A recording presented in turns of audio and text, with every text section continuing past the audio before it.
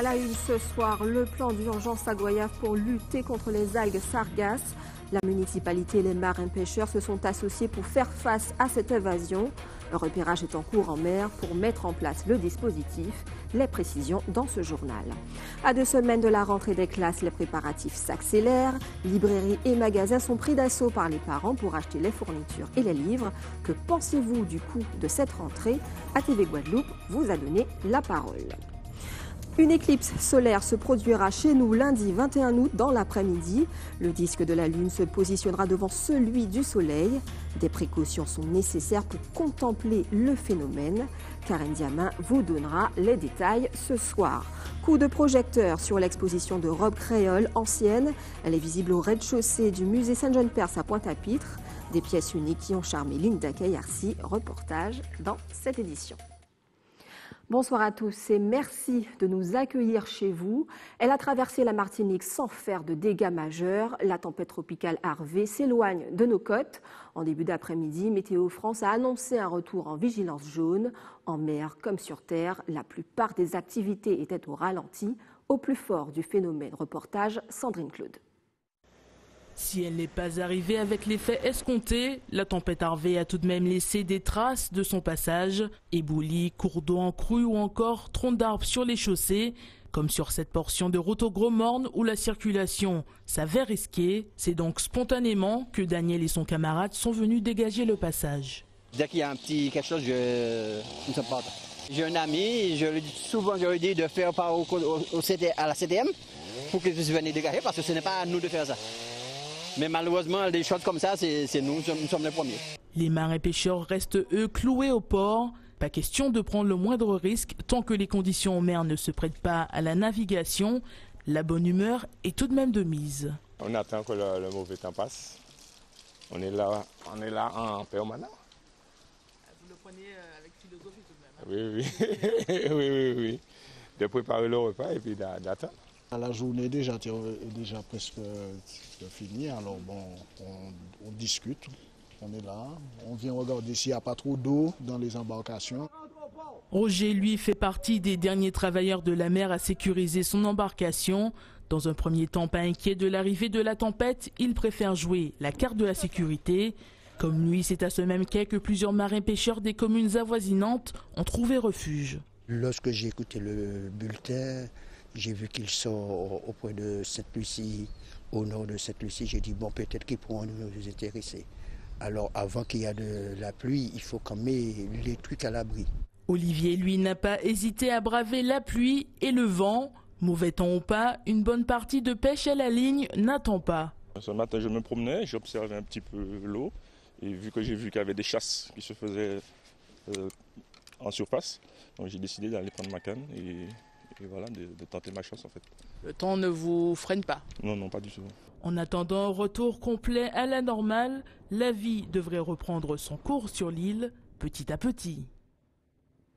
On poursuit l'actualité locale. On se serait bien passé du retour des sargasses et pour cause, un plan d'urgence pour lutter contre celles-ci s'établit à Goyave. Voyant leur activité ralentir, les marins-pêcheurs se sont associés à la municipalité pour mettre en place le dispositif dans la zone la plus impactée. Yvan Lemar. Le plan d'urgence contre les sargasses viendra compléter les moyens déjà mis en place par la mairie. Ce plan se déroulera en 3 phases. La première phase va commencer la semaine prochaine où nous avons fait appel à des entreprises prestataires qui vont venir collecter toutes les sargasses qui ont déjà échoué, notamment sur la plage de Sainte-Claire que vous voyez ici, et également sur le port de pêche et sur la plage de Sarcelles. La deuxième phase va consister, après avoir enlevé les sargasses, à faire de la prévention. On installera, avec l'aide des marins-pêcheurs, des filets pour retenir les sargasses qui viendront en mer et qui, à ce moment-là, seront collectés par un bateau sur mer.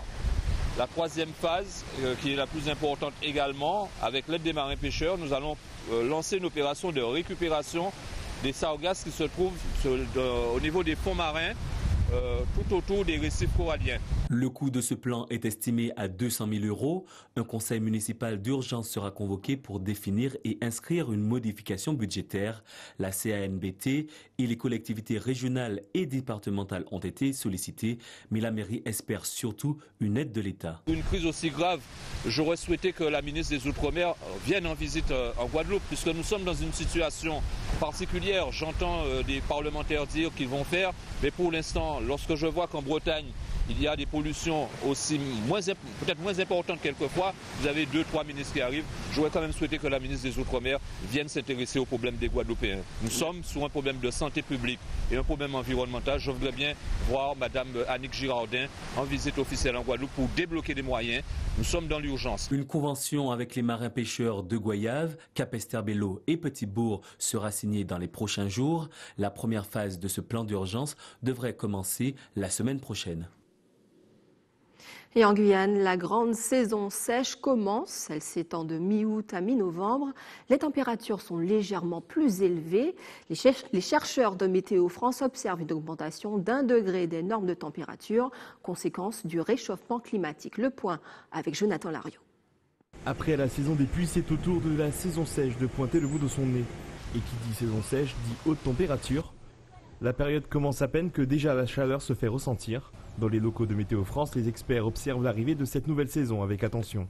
Bon, là, on a un graphique en fait, qui donne l'humidité dans les basses couches. On a très peu d'humidité et on a une espèce de barrière qui se développe, qui empêche la formation des nuages globalement. Ce qui fait que globalement, on est en saison sèche.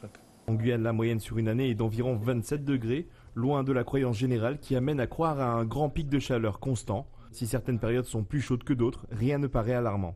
Maximum 35 degrés vers Saint-Laurent, un peu plus frais, enfin entre guillemets, un peu moins chaud plutôt près de la côte, puisque c'est toujours tempéré par la mer, la proximité de la mer.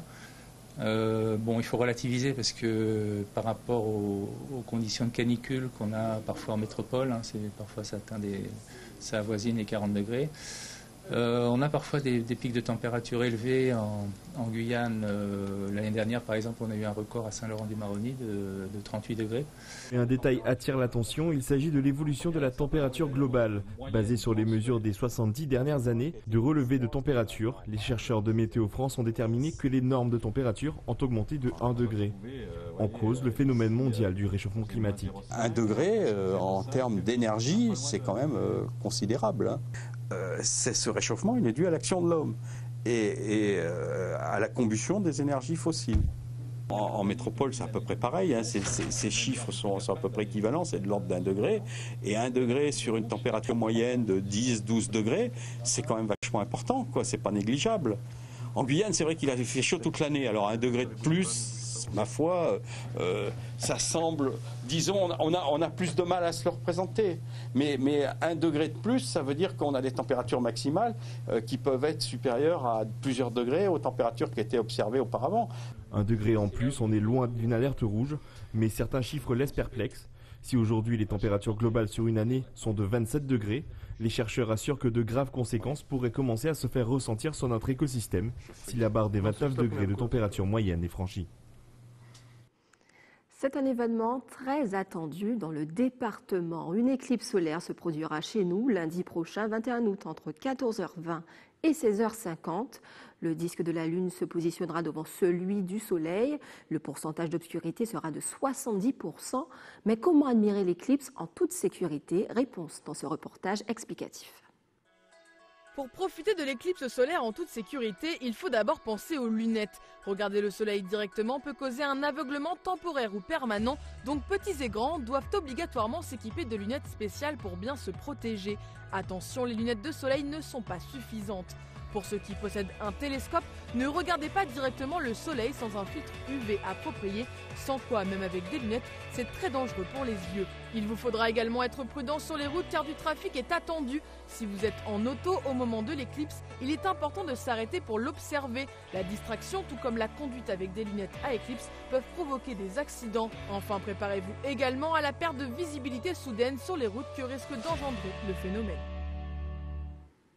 On poursuit avec la rentrée des classes dans moins de 2 semaines et les préparatifs s'accélèrent. Librairies et magasins sont pris d'assaut par les parents.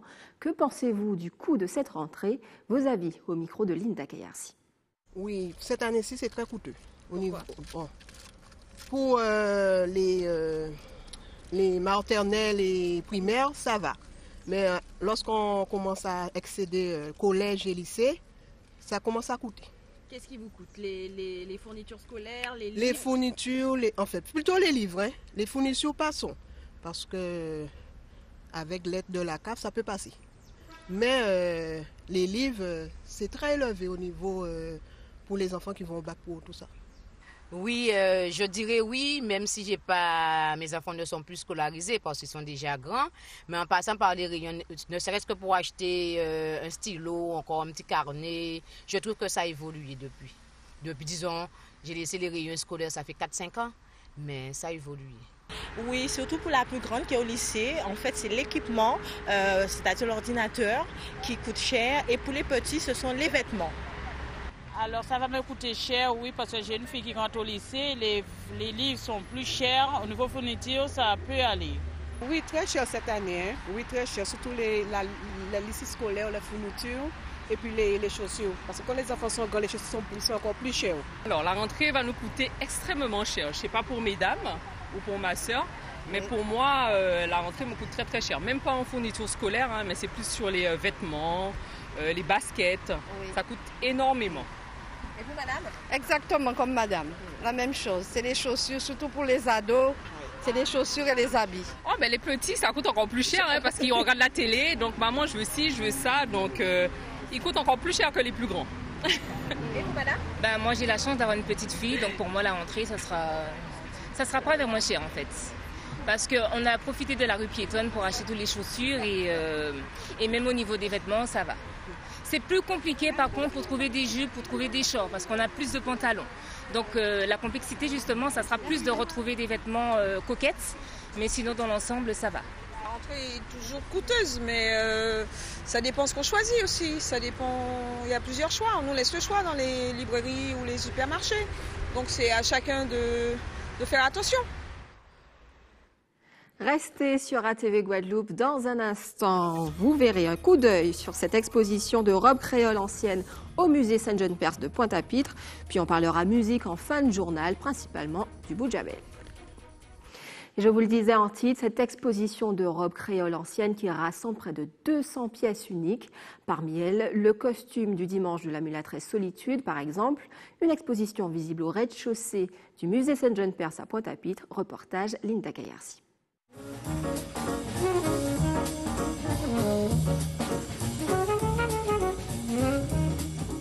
Au rez-de-chaussée du musée Saint-Jean-Perse, un salon créole d'époque. Il accueille une série de costumes traditionnels.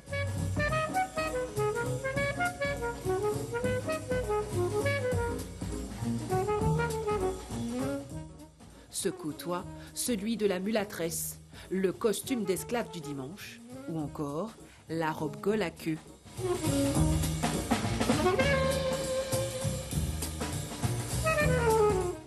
Le tout agrémenté d'accessoires comme les bijoux, les coiffes d'antan.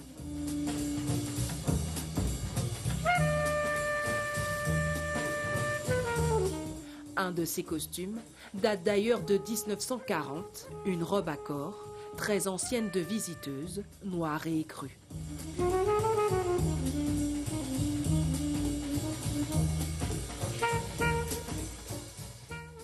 Un aperçu de vie du 19e siècle, issu de collections privées mais surtout du musée Saint-Jean-Perse.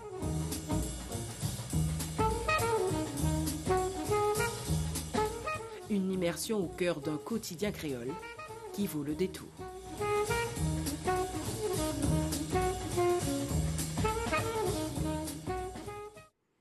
Tout autre chose maintenant, le concours de Miss International Guadeloupe se tient ce dimanche au Ciné-Théâtre de Lamentin. Une 17e élection intitulée « À la croisée des peuples et des autres ». Nous en parlons sur ce plateau avec Georges Dandan, le délégué régional Guadeloupe Miss Monde. Bonsoir. Bonsoir. Merci d'avoir répondu à notre invitation. Merci. Alors, le concours se déroule ce dimanche. Comment s'annonce-t-il? Très bien. Nous avons 14 candidates qui évoluent avec nous à travers un merveilleux show, dont Rolly Théophile est le parrain et scotché par Jean-Louis Robert-Sade, qui fait un travail formidable, ainsi que c'est le concours du cœur, parce que c'est la Guadeloupe profonde qui soutient à travers cette organisation la motivation que nous avons pour pouvoir permettre de continuer à l'international la représentation de la Guadeloupe à des grands concours, les plus grands du monde. Alors justement, à la croisée des peuples et des autres, expliquez-nous ce thème, le choix. Ben, tout simplement, à la croisée du monde. Parce que c'est le monde entier. Nous permettons de mettre la Guadeloupe directement sur une échelle internationale en compétition avec plusieurs nations du monde.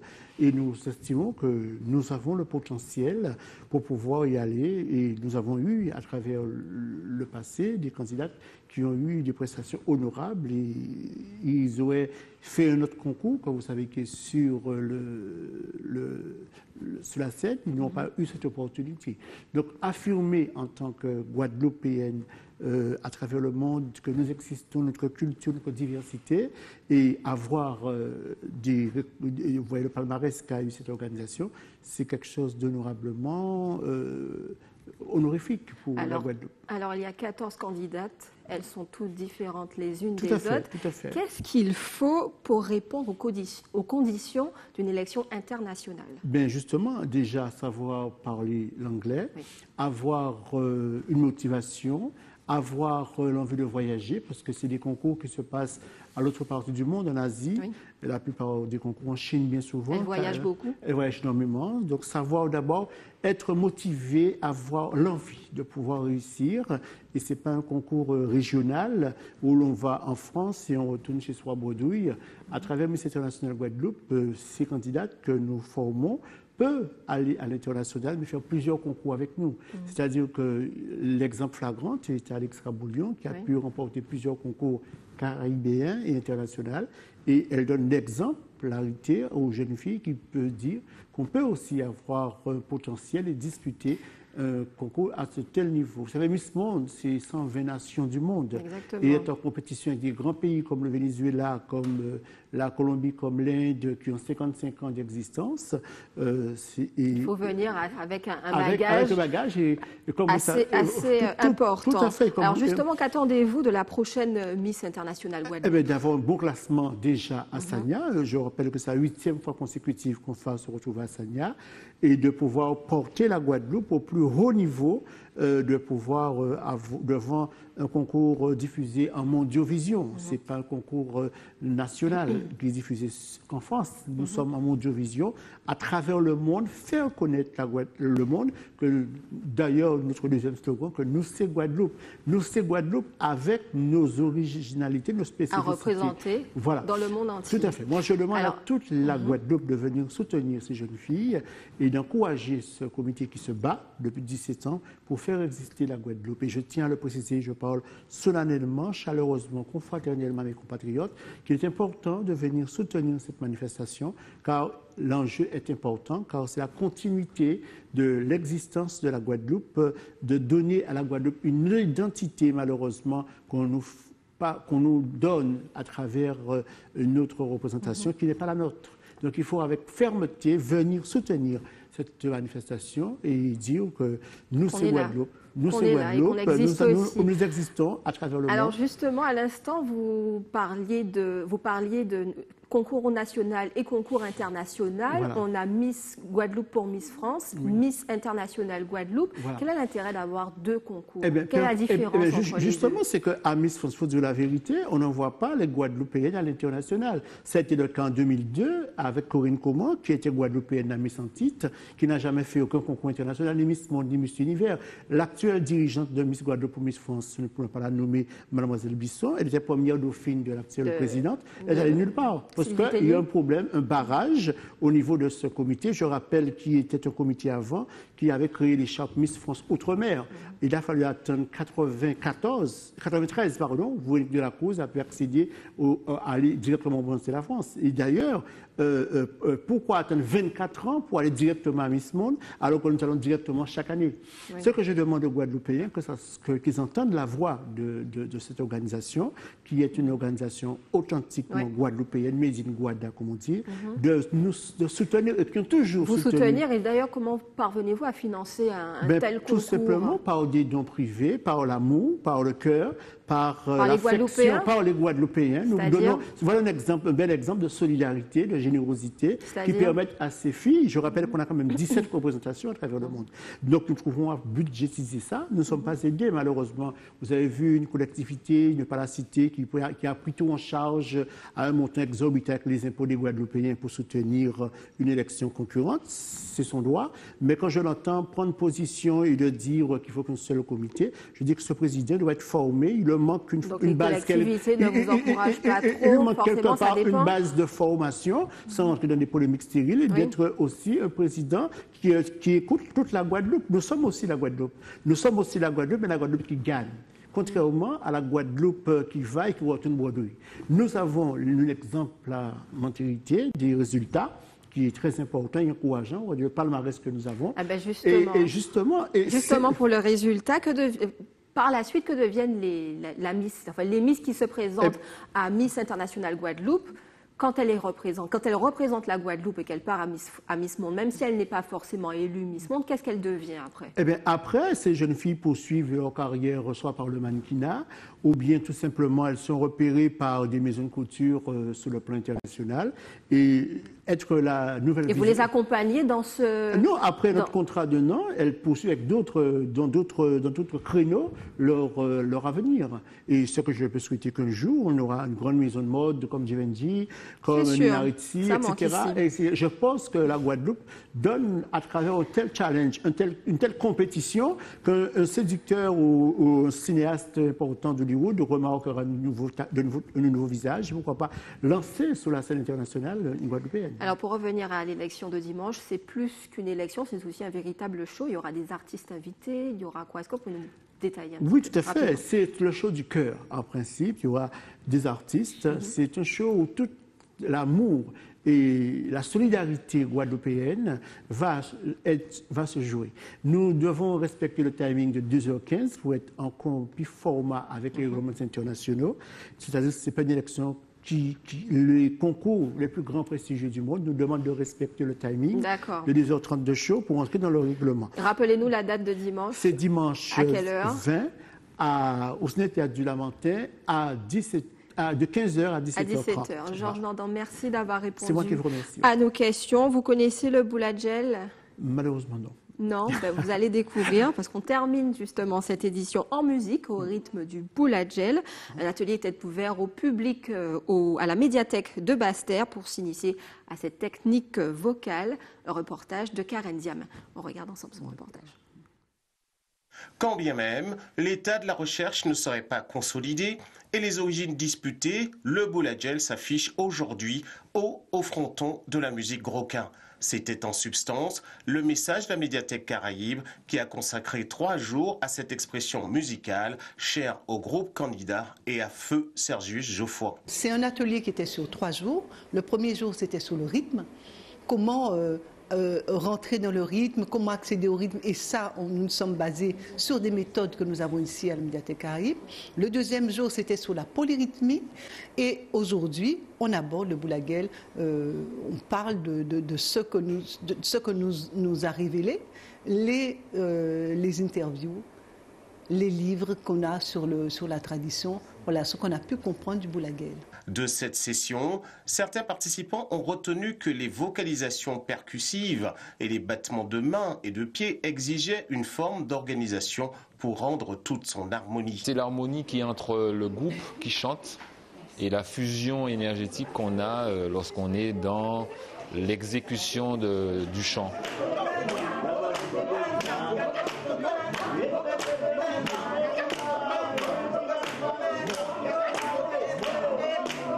J'ai retenu une chose, c'est que je suis capable de faire du boulagel de façon organisée.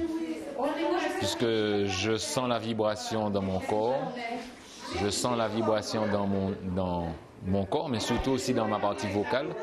Admis au patrimoine culturel immatériel de l'humanité, le boulagel fait l'objet de multiples recherches et ses vibrations font littéralement planer. Moi, ce que je voulais, c'était d'abord j'étais très curieuse par rapport au boulagel. Je voulais voir un peu ce que c'était, puisque je suis en fait, je suis artiste, je suis auteur, compositeur, interprète, et je viens du Canada. Je suis en train de faire une étude sur le Gros-Ka. Donc faire la comparaison entre le Gros-Ka et toutes les musiques traditionnelles. Donc la tradition Gros-Ka, c'est aussi le boulagel qui est dedans. Donc il fallait que je vienne voir ce que c'est. Et je trouve que Madame Marilyn Dahomey, elle l'explique extrêmement bien. Chargé d'émotions, chant d'accompagnement, rebelle des jours de fer, le boulagel restera longtemps le véritable vivant de nos soirées de chagrin. Et vous aurez certainement reconnu la voix de Jacques Cadval à travers ses commentaires. C'est l'heure maintenant des informations pratiques et utiles pour vous. On note le maintien de la vigilance jaune pour fortes pluies et orages, donc la prudence est recommandée. L'EFS vous donne rendez-vous demain de 8h à 12h30 à la mairie de Capesterre-Belle-Eau et lundi 21 août de 8h à 18h à son poste même à l'EFS au boulevard de l'hôpital de Pointe-à-Pitre. Et n'oubliez pas, si vous avez une information à nous communiquer, appelez-nous à la rédaction au 0790 71 11 ou par mail à rédaction@atv.gp. Et voilà, c'est la fin de cette tranche d'information. Mais avant de nous quitter, rappelons les principaux titres de ce vendredi 18 août. À la une ce soir, le plan d'urgence à Goyave pour lutter contre les algues sargasses. La municipalité et les marins-pêcheurs se sont associés pour faire face à cette invasion. Un repérage est en cours en mer pour mettre en place le dispositif. Les précisions vues et entendues dans ce journal. À 2 semaines de la rentrée des classes, les préparatifs s'accélèrent. Librairies et magasins sont pris d'assaut par les parents pour acheter les fournitures. Que pensez-vous du coût de cette rentrée ? ATV Guadeloupe vous a donné la parole. Une éclipse solaire se produira chez nous lundi 21 août dans l'après-midi. Le disque de la Lune se positionnera devant celui du Soleil. Des précautions sont nécessaires pour contempler le phénomène. Vous l'avez vu dans un reportage explicatif.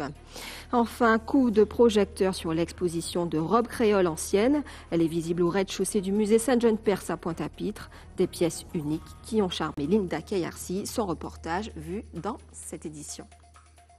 Et voilà, c'est la fin de cette tranche d'information. Merci de l'avoir suivi, merci de votre fidélité. On se retrouve lundi dès 18h50. D'ici là, passez un excellent week-end. Attention sur les routes et bonne soirée sur ATV Guadeloupe.